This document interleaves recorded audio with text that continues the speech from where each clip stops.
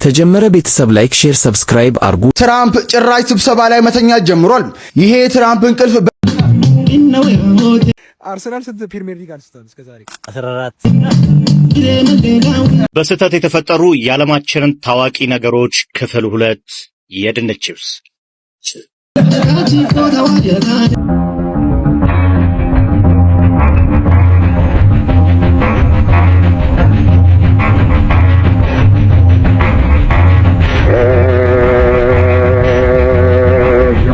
ትራምፕ ጭራሽ ስብሰባ ላይ መተኛት ጀምሯል።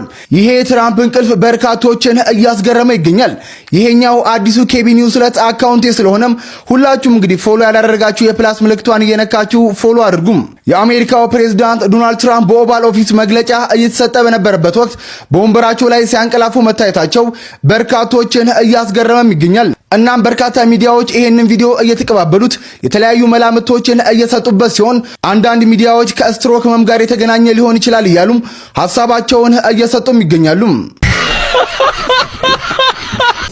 ኧረ አንተ ቤተሰቦቻችንን የአያቶቻችን ኮሮና ጊዜ ላይ ቲክቶክ ጀምሮ ቢሆን አስበዋል የት እንደምንደርስ? ቀላል የት ደርሰን እንደሚሆን አስበዋል?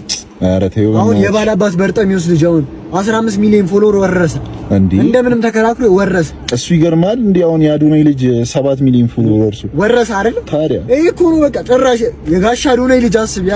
የኔ አያት ምንም አልሰራም ተኝቶ ለቆንጆ ሴት ላይቭ ታፕ ያደርግ ነው። የእሱ አያት እዛ መሬት ቁማር ተበሉ። ውቤ በራሪ ሲዝናና ቁማር ተበል።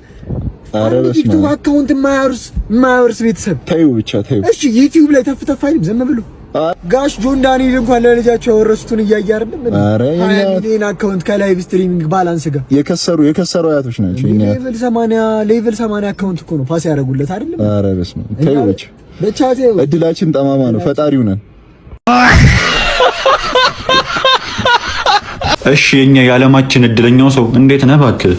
በጣም አንተ እድለኛ ነህ። ቁማር ትበላለህ፣ ቤቲንግ ይሳከላል። እንደኔ እድለኛ የለም ብለህ ትፎክራለህ። የዚህን ሰውዬ እድል ታሪክ ስትሰማ ያንተን እድለኝነት አጥበህ ታሰጠዋለህ። ስማኝ በደምብ ታሪኩ። እንግዲህ ይሄ ሰውዬ ፍራንስ ሴላክ ወይ ደግሞ በቅጽል ስሙ ፍራን ሪቨር ይባላል። የመጀመሪያው አደጋ ባቡር አደጋ ነው። በ1962 ነው። እንግዲህ ፍራን ባቡር ውስጥ እየተጓዘ ሳለ ባቡሩ ከሀዲድ ወጥቶ ማለት ነው ወንዝ ውስጥ ይገባል። በወቅቱ 17 ሰዎች ሲሞቱ ፍራን ግን እጁ ተሰብሮ በትንሽ አደጋ መላላጥማን ተረፈ። ይሄ ኖርማል ነው። አጋጣሚው ስላለ እዚህ ጋር ነው የሚጀምረው። ከአውሮፕላን ላይ ወደቀ በ1963 የመጀመሪያ ፍላይቱ ነው። እንግዲህ የመጀመሪያ አውሮፕላን ሲጓዝ ነው። ሶ የአውሮፕላን በር በድንገት ተከፍቶ ወደ ውጭ ይበራል። አውሮፕላን ውስጥ ተከስክሶ 19 ሰዎች ሞቱ ተከስክሶ። እሱስ ድርቆሽ ሳር ላይ ነው ያረፈው። ጭር ላይ ፐብጂ ነው የሚመስለው። ጭር ላይ አረፈ፣ ምንም አልሆነም። ከዛስ የባሰ አደጋ ደግሞ በ1966 ነው። እሱ የተሳፈረበት አውቶቡስ መንገድ ስቶ ወንዝ ውስጥ ይገባል። ወንዝ ይመቸዋል። 4 ሰዎች ሲሰጥሙ እሱ ግን ጥቂት መቦጫጨርና እየዋኘ ወጣ። ድመት ነው ሰውዬ። ከዛስ የመኪና መቃጠል ደግሞ በ1970 እና በ73 አንደኛው እየነደገ ያለ በድንገት እሳት ይነሳል። ሞተሩ ከመፈንዳቱ ጥቂት ሰከንዶች በፊት አምልጦ ዘሎ ይወጣል። በ73ስ መኪናው የነዳጅ ፓምፑ ብልሽት አጋጥሞት ፊል ፓምፑ በኤር ኮንዲሽነር በኩል በፋኑ በኩል ጋዝ ይወጣል። እሳት ጸጉሩ ብቻ ነው የተበለው፣ ምንም አልሆነም። ከዛስ በአውቶቡስ መገጨት ደግሞ በ1995 በዛግራብ ከተማ ውስጥ በእግሩ የተጓዘ እያለ አውቶቡስ ገጨው፣ ምንም አልሆነም። ደከመኝ። ከዛስ የኮረብታው ደግሞ አደጋ ደግሞ በ1996 ነው። በተራራማ መንገድ ላይ እየነደገ ያለ የዩኤን መኪና ጭነት መኪና ፊት ለፊቱ ሊገጨው ሲመጣ መኪናውን ጠምዘዝ አድርጎ ታዞሮት ወደ ገደል። ከዛስ መኪናው ከገደል ላይ ከ300 ጫማ ላይ ተወረወረ። እሱ ቀድሞ ዘሎ ዛፍ ላይ ወጣ።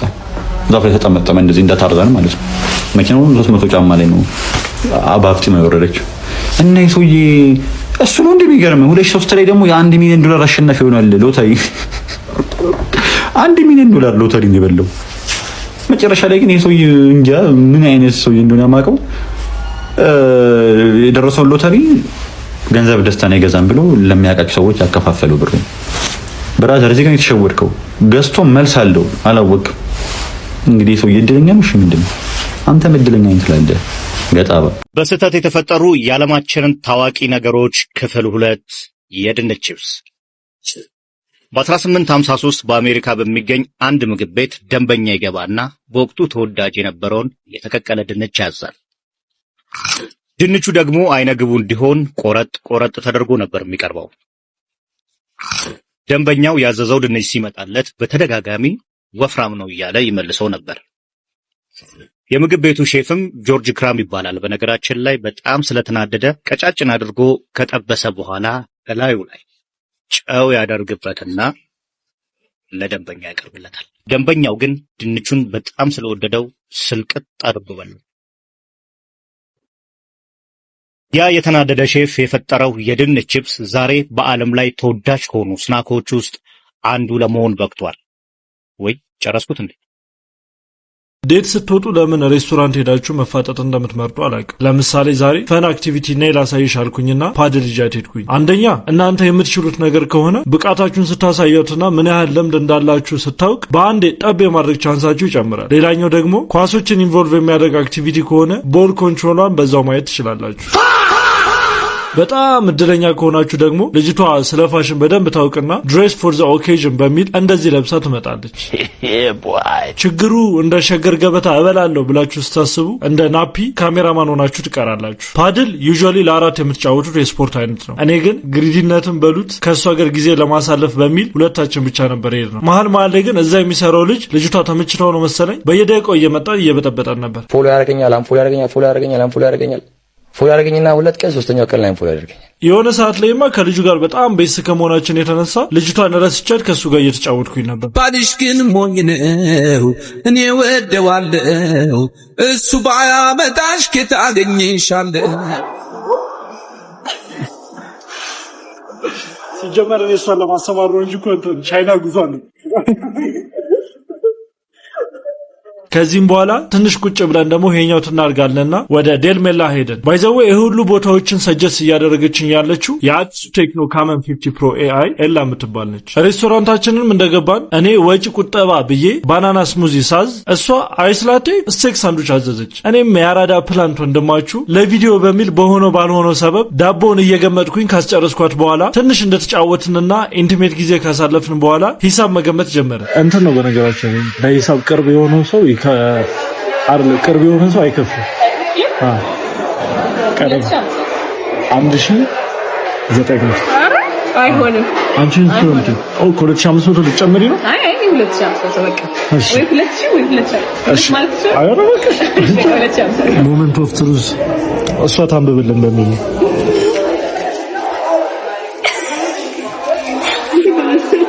ማ 2400 ወይኔ ደግሞ 75 ብር ነው። ግን አሁን ኮሜንት ላይ ሁሉም ሰው ማወቅ የሚፈልገው ማለት ነው እንተ አቤል ቢሆን ኖሮ ትክክል የገመተው ተከፊ ነበር ወይ አይደለ? እኔ እንደምታውቀው አሁን ምን ልስጥሽ? ስልክሽን ይዘሻል ቴሌብር ነው እንግዲህ።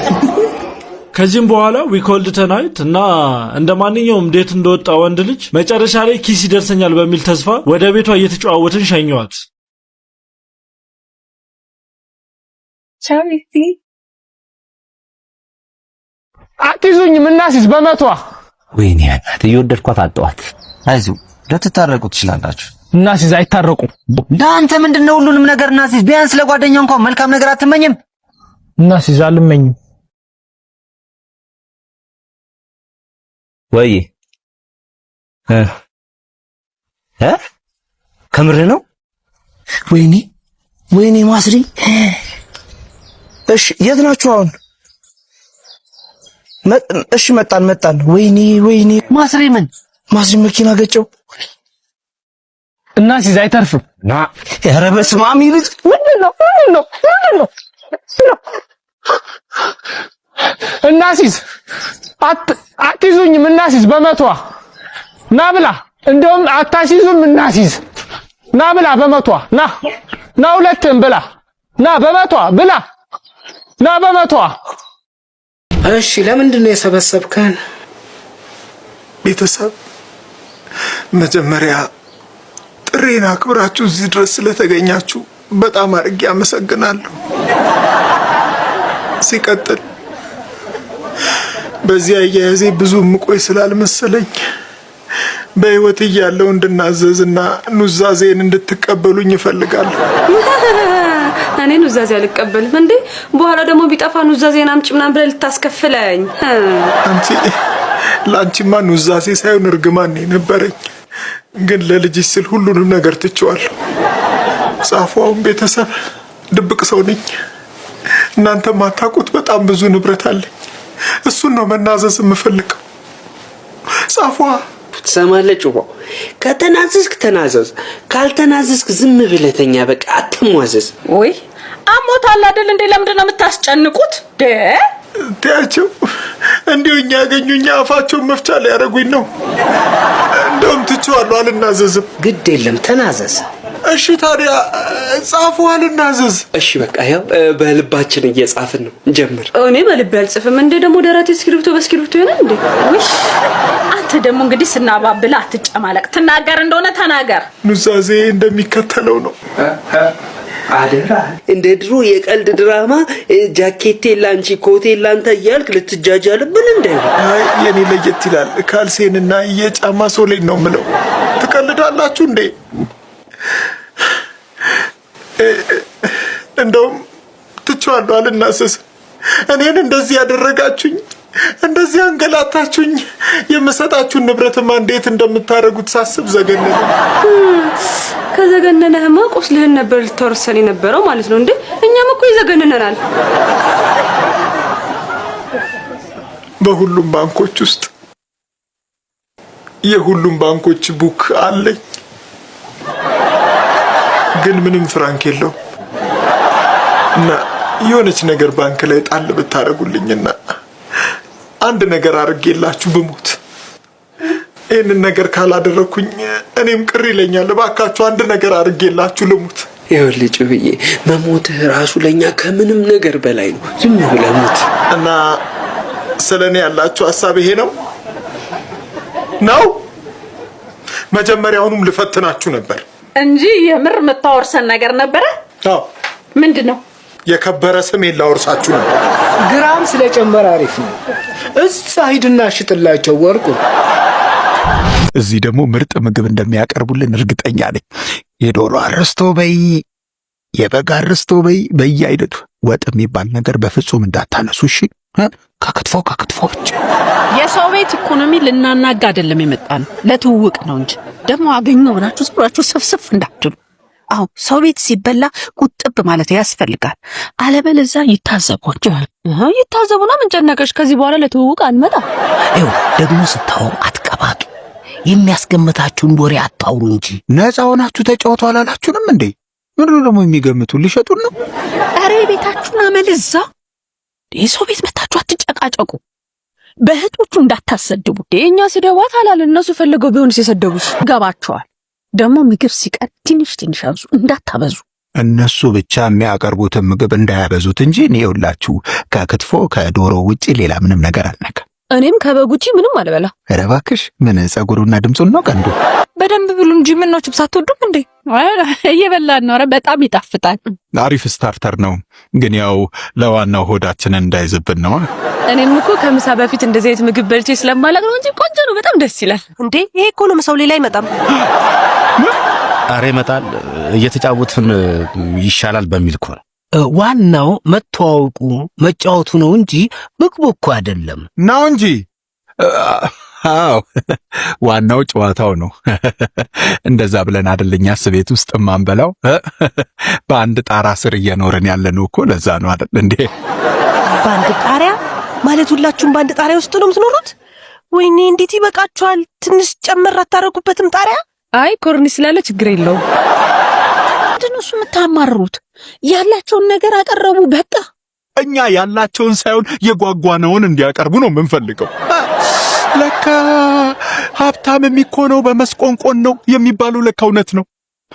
እንዲህ አንጀታቸውን እስር አድርገው ሳይበሉ እያደሩ ነው ለካ ይሄን የመሰለ ቤት የገነቡት። የድህነት ምንጩ እኮ አንዱ ሆድ ነው። እኔ እናንተን ሆድ ባልሸከም የት በደረስኩ ነበረ። በእግርህ ነው በመኪና? እንደዛ ደህና ነገር በላን ብለን እንበላ።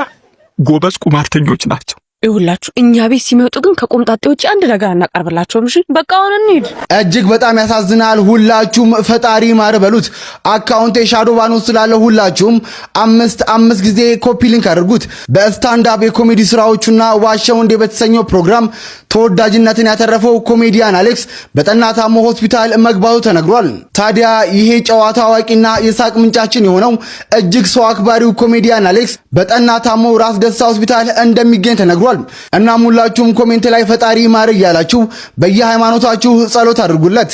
ሌላ አንድ ጥያቄ አለኝ። እሺ መቼ ነው የመጣው? ትንሽ ያው ቫኬሽን ትንሽ ያራዝሜ ነው።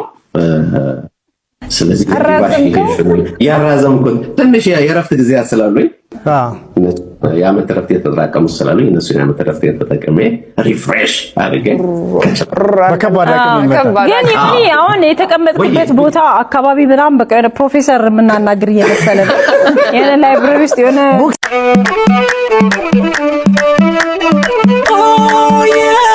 አብራችሁኝ ስለቆያችሁ ልዩ ጊዜ ስላሳለፍን ከመሰናበታችን በፊት ሰብስክራይብ ማድረጋችሁን እንዳትረሱ።